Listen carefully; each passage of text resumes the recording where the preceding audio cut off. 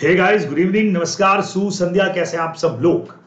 तो अपना अकाउंट्स का पेपर देकर के आप लोग इस वक्त आ चुके हैं और अब हम लोग सोच रहे हैं कि भाई अकाउंट्स का पेपर तो हमारा बढ़िया हो गया है।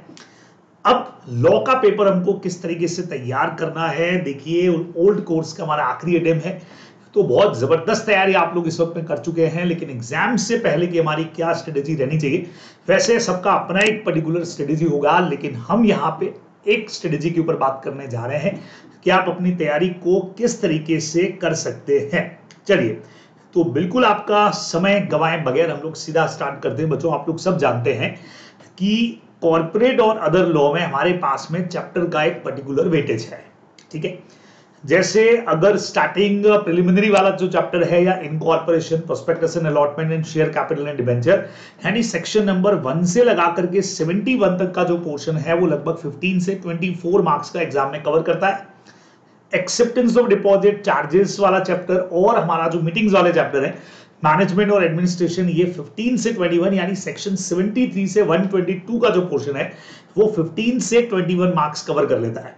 और पीछे के जो हमारे 3 चैप्टर है मोस्ट इंपोर्टेंट माने जाते हैं, डिविडेंड, अकाउंट्स एंड ऑडिट वाला, वो 21 से 24 मार्क्स जो है वो यहाँ पे कवर करने वाले हैं।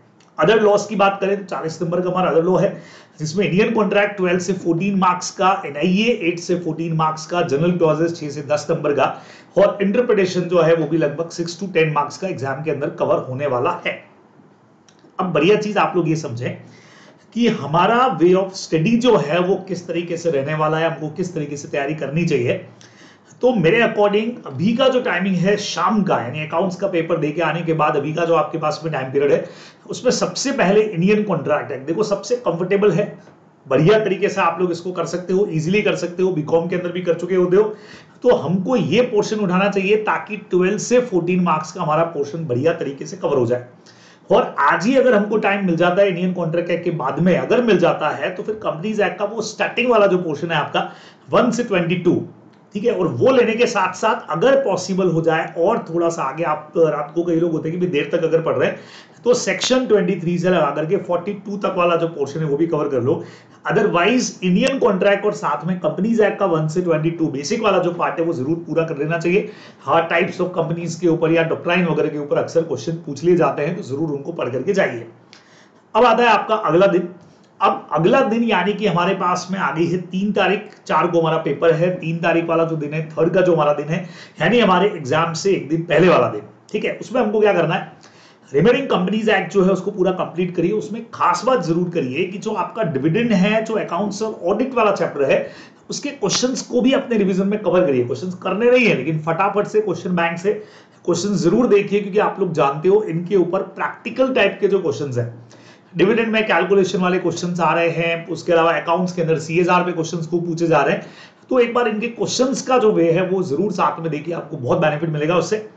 एनआईए की जहां तक बात करूं, एनआईए अक्सर हमको थोड़ा सा मुश्किल लगता है, तो कोई दिक्कत नहीं है, क्वेश्चन बेस्ड रिवीजन इसका कर लीजिए, क्वेश्चन बैंक पूरा देख लीजिए।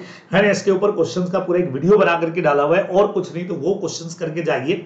श्योर हूं मैं कि उसमें से आपको बहुत अच्छी चीजें जो है वो आपके पेपर में देखने को मिल जाएंगी और आपको एक बड़ी हेल्प मिल जाएगी। तो आप एनआईए वाला पोर्शन चाहें तो हाँ, मेरे रिवीजन वीडियो से भी देख सकते हैं। अपने पास जो भी क्वेश्चन बैंक हो उससे अच्छे से तैयार कर लीजिए। जनरल प्रोसेस एक्ट का भी सेम सिस्टम रहेगा, क्वेश्चन बैंक अच्छे से तैयार कर लो। अगर आपने पढ़ रखा है तो बढ़िया रिवीजन लगाओ, नहीं तो ये और इंटरप्रिटेशन दोनों ही चैप्टर हमारे ऐसे हैं कि जिनको आप बढ़िया क्वेश्चन बैंक से भी अगर करके चले जाएंगे तो फिक्स क्वेश्चन से, रिपीटेड क्वेश्चन है, आपको बहुत बड़ी हेल्प मिलेगी। बराबर। अब ये सारा एग्जाम के एक दिन पहले, यानी कि हमने 3 नवंबर को कर लिया, अब 4 को हमारा पेपर है। उस दिन हम क्या कर सकते हैं, इंटरप्रिटेशन वाला जो हमारा चैप्टर है उसको आप यहां पे कवर कर सकते हैं। बराबर, इंटरप्रिटेशन वाले चैप्टर को बढ़िया तरीके से कवर करिए। और इसमें भी अगेन आपको मैं बोलूंगा, क्वेश्चंस मैंने बना करके डाला हुआ है, या जो भी क्वेश्चन बैंक जिस फैकल्टी का आप लोग देख रहे हो, क्वेश्चन बैंक इसका जरूर देख लीजिए, क्वेश्चंस के ऊपर फोकस कर लीजिए। हो सकता है डिटेल में पढ़ने का टाइम हमारे पास में नहीं हो। अच्छा, इंटरप्रिटेशन हम सुबह क्यों कर रहे हैं एग्जाम वाले दिन? एग्जाम वाले दिन सुबह करने का हमारा पर्पज एक ही है कि यार बहुत फटाफट से हम लोग इसको कर पाए बराबर से। और हमको अक्सर लगता है कि सर इंटरप्रिटेशन हमसे संभलेगा नहीं या भूल जाएंगे, तो ठीक है ना भाई, सुबह सुबह इसको तैयार करो। और भूलने का टाइम आएगा तब तक तो आप एग्जाम देकर के वापस आ चुके होंगे, तो तब तक भूल भी गए तो उसके बाद कोई दिक्कत नहीं, आराम से अपना काम हो जाएगा। तो इसीलिए एग्जाम के दिन सुबह पढ़ेंगे तो ताजा ताजा आपको याद भी रहेगी चीजें। तो ऐसा कुछ पैटर्न जो है वो आप यूज कर सकते हो अपने एग्जाम के अंदर, बराबर अपने प्रिपरेशन के अंदर। चलिए जी, तो ये तो हुआ कि आप किस तरीके से आज क्या करने वाले हो अकाउंट्स के एग्जाम वाले दिन, उसके बाद हम एग्जाम के एक दिन पहले और एग्जाम वाले दिन सुबह क्या करने वाले हैं, वो सारी हमारी प्लानिंग हो गई। अब मटेरियल क्या रेफर करेंगे, जो भी नोट्स या बुक आपने पढ़ी है अब तक उसी को पढ़िए, नया मैथ कोई भी काम में नहीं लेना है, कोई भी नया मटेरियल बिल्कुल यूज अप करने का समय नहीं है। शॉर्ट नोट्स, रिवीजन नोट्स से आप पढ़ सकते हैं बराबर, क्योंकि अब मेन बुक को पूरा पढ़ना, एंटायर स्टडी करना मुश्किल रहेगा।